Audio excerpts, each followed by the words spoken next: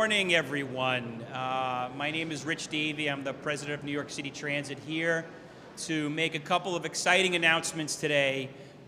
Again, putting our customers first at New York City Transit, some additional service, and then some exciting news about our R211 project that we have been testing over the last few months. Before I begin, I do want to acknowledge a few folks in the audience. I mean, today we're going to be talking about additional service.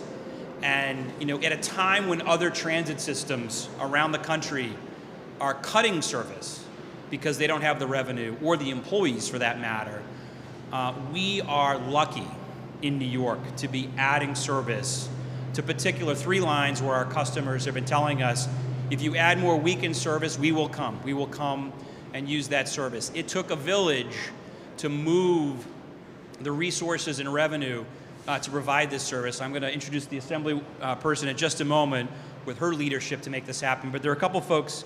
Riders Alliance, Caitlin Pierce is here, tireless, dogged, pushing hard to make sure we had the resources to not only avoid the fiscal cliff, but also actually to add service. So thank you, Caitlin. And Lisa Daglian, who is a mainstay, a Mets fan, who often lobbies me for, like 18-second service in the 7 line during Mets playoffs. I mean, she too has been a champion for more service and for better service for our customers. There are 2 members of our distinguished board here as well, perhaps the longest serving members, I would think. Andrew Albert, Mr. Glucksman. We can give them a clap, absolutely. I mean, so their long service to MTA is not only appreciated, but their knowledge of the system and their history is always challenging for me because any trivia pursuit contest, I come in 3rd between the 2 of them. The thing I want to announce today, and we'll kick it to Demetrius in a moment to say a few words, is the addition this weekend of service on the GJM service. And this will be weekend service that we're adding, reducing the wait times for our customers up to 4 minutes on average. These are the lines that in our customer surveys that we produce every month and our deep dives every 6 months. These lines in particular are the lines where customers said, if you add more weekend service, we will come. This is coming off the heels, by the way, last weekend of Pride. We had the highest weekend ridership on subways since before the pandemic. People are coming back to New York City Transit. Almost over 80% of our customers, pre-pandemic customers, utilized our service last weekend. It's thanks to those gentlemen over there who they represent, the 47,000 men and women that move this city every day at New York City Transit, which we are most appreciative of. And they are stepping up to add service for our behalf. And this is not the only service we're adding. Again, thanks to the assembly person, her colleagues, the Senate, they gave us $35 million to add service. So we're going to be announcing more in the coming months. But our expectation is we'll be adding service again later this summer, in December, and in July across the system, the A and B divisions. We can get into that. But we sincerely appreciate the leadership of the governor and the legislature to give us dollars. I mean, again, I can't say this enough. Every other major transit system in the United States is struggling with a fiscal cliff. They are not talking about adding service. They are talking about fiscal calamity. Because of the leadership of our elected officials in New York State, that is not the conversation we're having today. So thank you very much. With that, I'm going to turn it over to Senior Vice President of Subways, Demetrius Critchlow, to talk about our R211s. And we'll have a few more remarks, and then we'll take questions. Demetrius? Thank you, Rich. So we talked a little bit about the R211s, which is always an exciting time. But service has been doing great, and what we need more is more equipment, more new equipment. So excited to announce that in addition to the service that we're adding on the G, J, and M lines, that we're also going to be adding an additional R211 train to the A line. So this has come as an exciting time because we've had customers say, where is that one train? What's the schedule for that one train? Well, now your chances of catching the R211 will be double, starting on next week. Well, actually, we'll do our first run today. During the pilot, we heard customers out We spent a good period of time testing the equipment to make sure that there were no mechanical issues, engineering issues. But ultimately, one thing that we kind of tweaked this time around was the software. We had to make modifications to the software, which took us a little longer than what we anticipated, but ultimately, we have a beautiful new car that's going to be going in service today. So, from this point forward, we're going to be introducing roughly about upwards of two trains a month. So it's exciting. Not just now, there's one announcement, but from this point forward, you'll roughly be seeing 2 additional trains a month. Later on, you may even see more than that as we start to ramp up. So faster, cleaner, safer is what we have said time and time again are our goals at New York City Transit, and we're delivering it with the R211s clearly. These cars feature security cameras, the digital displays, wider doorways, and they help speed up service times because they are just reliable. They've already demonstrated how reliable they can be over our existing fleet. Some exciting news on other fleets that others may ask about. Open gangway cars has always been the next question. So we're currently still testing, and you can expect to see an in-service open gangway car at the end of this year. For our Staten Island folks, the R211S is still projected to be in service the beginning of next year. So all of those changes, New York City Transit, subways, the MTA is showing without question, we are ready to make service better, faster, and we're ready to deliver for our customers. And with that, I will turn it over to the Assemblymember Joanne Simon. I'd like to say that I was the only one to bring money to the MTA, but I will not do that because it's not true. So thank you, President Davies. Thank you so much for this announcement. Hi there, Senator. And so now we have another person who's fighting for the same funding. So I'm Assemblymember Joanne Simon. Welcome to my station. This is in the 52nd. It's also the closest station to my house. So I like it very much. But it's also the G train, which I remember not that long ago, but I'm old enough to remember when they wanted to cancel the G train. Do you remember that? I'm sure you do, right? Because, you know, it only went from Queens to Brooklyn, where everybody lived and everybody was needing to commute from Queens to Brooklyn and vice versa. And we had a big rally around the G train, trying to keep the G train service and expand it. So the G train in particular is close to my heart. It is the train that serves Brooklynites and people from Queens only. It's the only one that doesn't go into Manhattan. And this is a critical link for the folks that actually use the trains in the city of New York. I'm so proud that this is part of the effort. We had 6-minute service. We didn't get quite 6-minute service in every line, but this is a real tangible improvement, because the reality is people, when they have service, they will use that service. I don't want to incentivize people to leave the subway because it will be quicker to take an Uber or a cab. Or to drive themselves. What we want to do is make sure they come back to the system, they use the system. It's better for all of us. It's healthier for all of us. And it keeps New York moving. The subways are the lifeblood of New York. And I'm very happy that I was very much part of that fight for increased funding so that we could improve service. And, you know, a lot of times when you're in government, you provide funding and then you don't know what happens. So this is a wonderful day because not only did we provide an extra $35 million to improve service, but we're actually seeing an improvement in service. And that feels really, really good. So thank you, all of you, very much for making this happen. And I'm looking forward to more improvements and better service as we go down the line. Thank you. Thank you, Assemblymember. We've also been joined by Senator Gennardis, so I'm going to say a moment too, and Lincoln Ressler, council member who's been a strong advocate. Both of them have been strong advocates for public transportation. But, you know, Senator, you got here a little late, maybe because the headways weren't good enough. They're going to get better. But your tireless leadership in the legislature, we appreciate. As I said before, only in New York are we talking about adding service because of the governor and the legislature's leadership. There are other states that they are talking about cutting service. So thanks to your leadership, we're here today to talk about additional service coming this weekend. Please join me in welcoming Senator Andrew Ganaris. Thank you. Good morning, everyone. You're not going to guess why I was late today, but I'm not here to complain about it because we know that better days are on the way.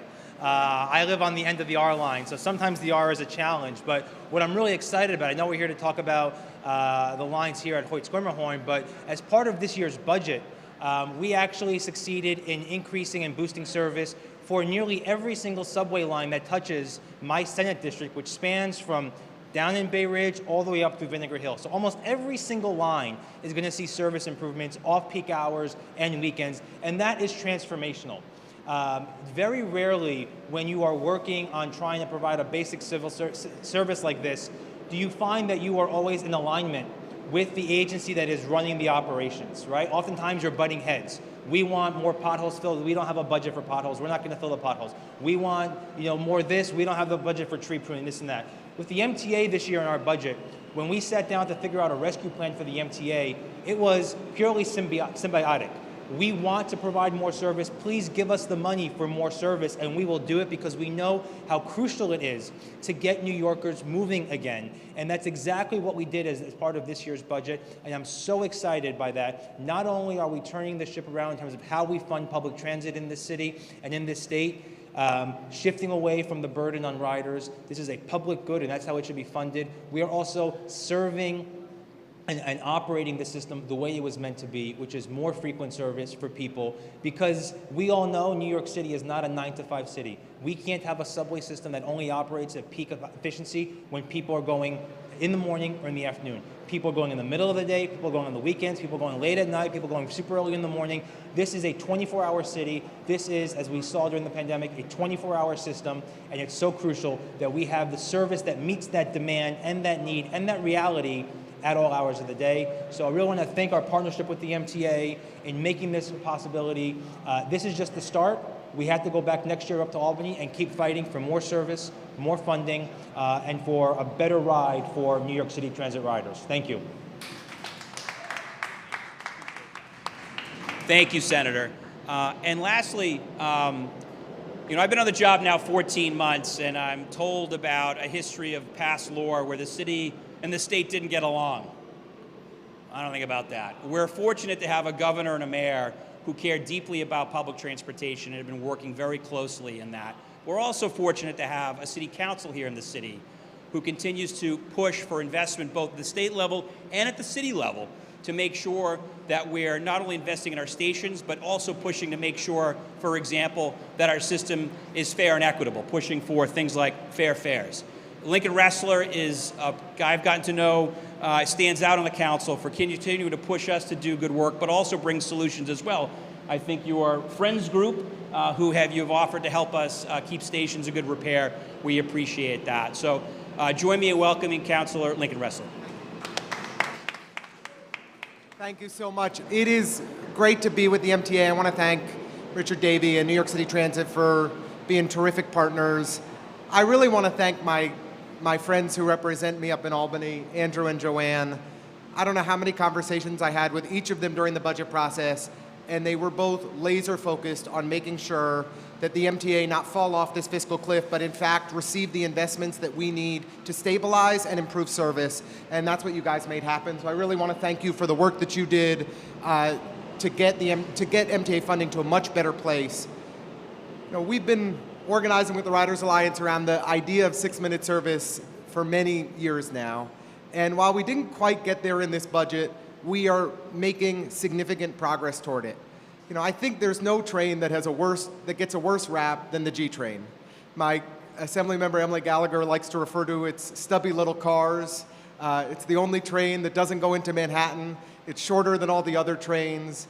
But with the investment that the MTA is making today, the G train is getting a whole lot better, much more improved, with faster, more reliable service that our communities can depend on. We've seen a lot of changes in ridership during the pandemic, but one of the things that we have seen is that intra-Brooklyn transit, Brooklyn-Queens transit, has actually stayed at much higher rates relative to travel in and out of Manhattan. So this investment in G-Train service, G-Train that I ride every day, is critically important.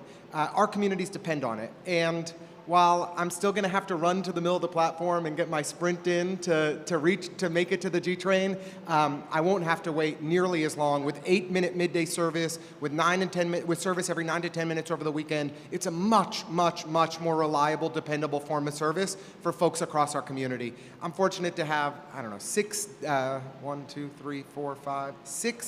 7 G-Train stops in Council District 33. When I tell you I ride the G-Train every day, I really do, and I know how much my neighbors depend on it. I also just want to shout out, I see one of our group station managers in the back. Thank you for your work in helping to improve conditions here, and all of the MTA workers who are here. We really appreciate it. You know, while then Borough President Adams was not successful in renaming the station after Bad, where it was Michael Jackson famously shot the music video, we have seen a lot more attention and resources thanks to the MTA staff, in keeping the conditions in our stations better, cleaner for riders. And we've been doing walkthroughs as part of our new Friends Group initiative in a number of stations throughout the area, and we really are starting to see improvements. One of the things that I'm always interested, I have the microphone, so I'm sorry, Rich. Whenever you walk into the Hoyt-Schermerhorn station, you can't see the countdown clocks because the signs are in the way. So maybe that's one of the things we can fix today in addition to improving service to make the customer experience even better. I know that the leadership at the MTA and New York City Transit are committed to it. So I really want to thank you all, thank everybody who's committed, everyone who's contributed to the victory in this budget and the tangible improvement in service. We are one step closer to our goal of 6-minute service. We are going to make it happen. Thank you very much. It wouldn't be a public event with Lincoln Wrestler without an ask. So yeah, he did not disappoint. I failed to mention, by the way, that as part of our station renovation program, this is one of the stations we will be renovating this quarter. So we'll incorporate that ask as we move forward. So again, really appreciate you all being here. Now happy to take questions, Tim? Yeah. You don't mind that. Wow. This is the first. Their wait time must be lower now too, or something. I don't know what's okay. Hey, Rich. If you would forgive me a couple of questions, Sure. Some on topic, some off topic.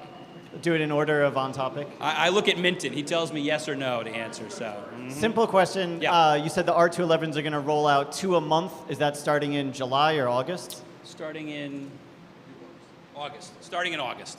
Until ongoing until everyone is on the tracks? Ongoing until everyone is on the tracks, unless we have some issue. But again, our friends at Kawasaki who are here have really delivered us a quality product and have worked closely with us, so we don't expect any issues. Has there been a change? Has there been a change in the testing? Has it just been very successful, so that's why you can really ramp it up now?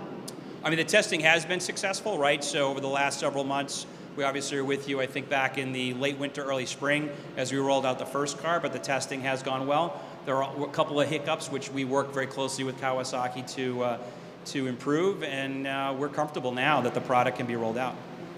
And on the topic of fair fares, Sure. The budget is going to be announced momentarily. Oh. I hear that they're not going to increase the federal poverty threshold to 200%, but 120%. Okay. So given that, how effective do you think that's going to be? And from the MTA's Yeah. perspective, does that do much to change the status of fair Yeah. fares?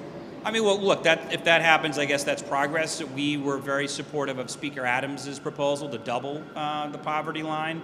I did a transit talk last night at 168th Street and had a customer who was on fair fares talk to me about how important it was for her, and she was taking her 4-year-old daughter, I think, home from daycare. So, look, 120 I think is progress, but transit, the cost of living in New York is still going to be out of reach for folks. My hope and my desire is that in the future, we can do better.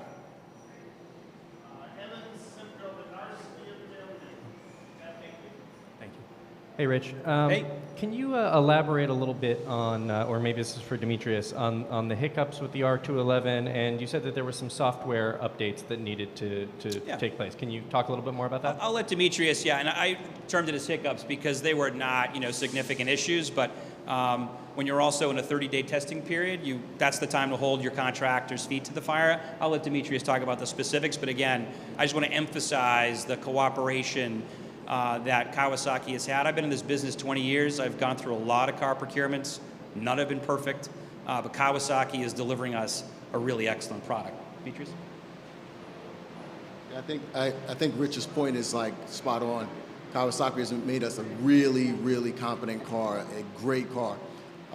We're so used to doing the mechanical tests, but as time goes on, the equipment becomes more technological. There's more advancements, more software that has to be integrated into the systems. So the mechanical elements of the car fared extremely well. But it did require additional updates to software. I'll just say updates to software as we were rolling out so that the software itself would keep up. I wouldn't even call them hiccups. But as we continue to roll out the cars, there will be additional updates to the software itself. But I think that's more just in tune with what we have. Is that part of the rolling stock as is, or is that part of the signaling system? Because I know these are going to be CBTC native strictly trains. to the cars themselves. Okay, thank you. Yep.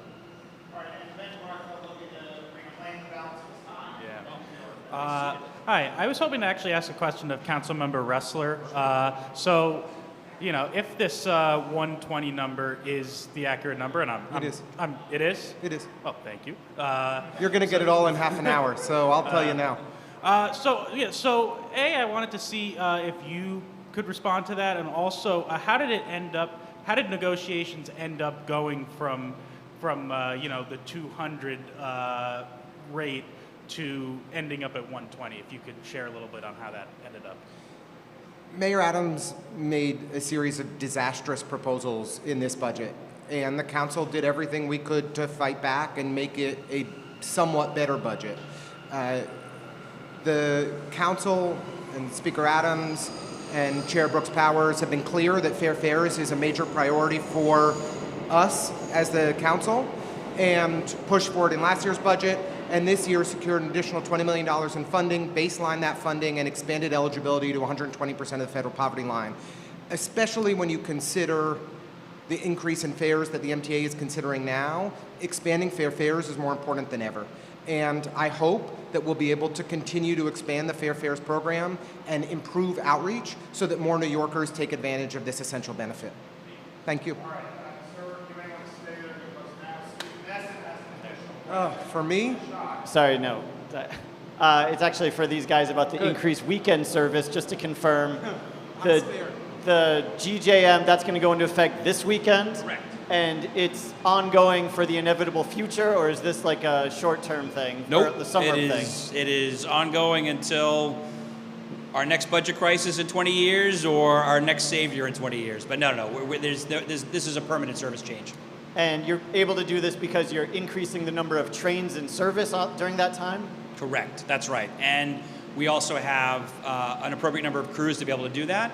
So obviously we look at both the availability of train cars and then our crews, which is why we're going to roll out the service enhancements over the next year, starting this weekend.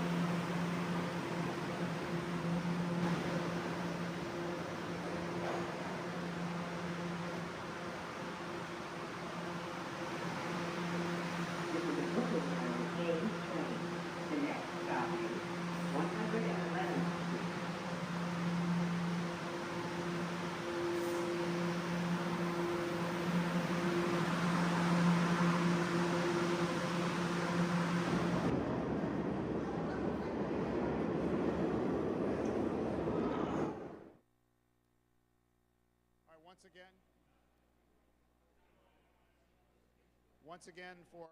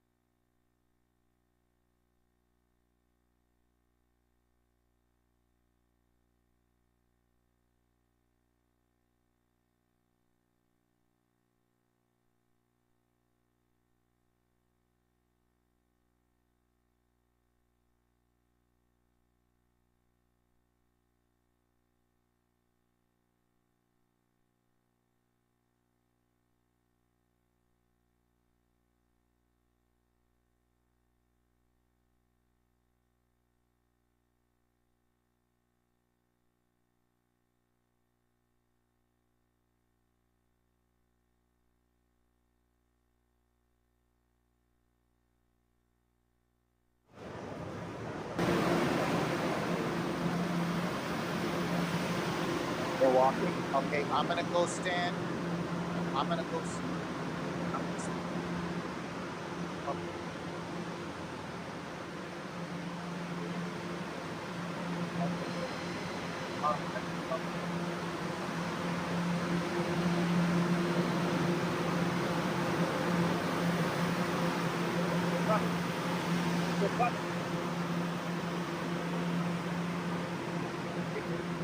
All right, you're done with live. Are we done with live or is still on? This is a Brooklyn line, A20. The next stop is 111.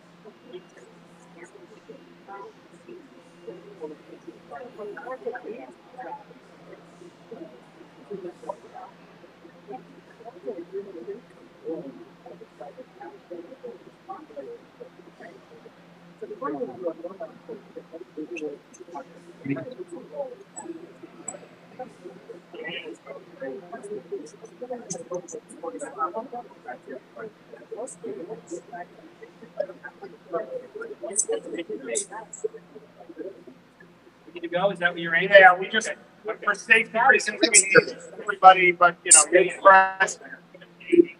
I just wanted to know that the internal cameras. Okay, good to go? We're good to go, yeah. All right. Go for it.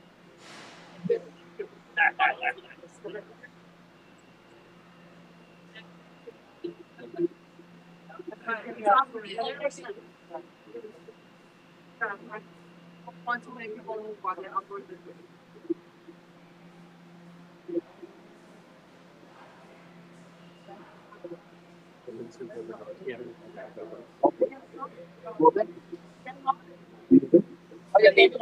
Oh, leave it. Okay. Yeah.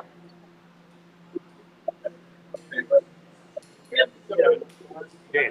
Nice to meet you, Clyde, in person. How you doing? I thought it would be. Okay,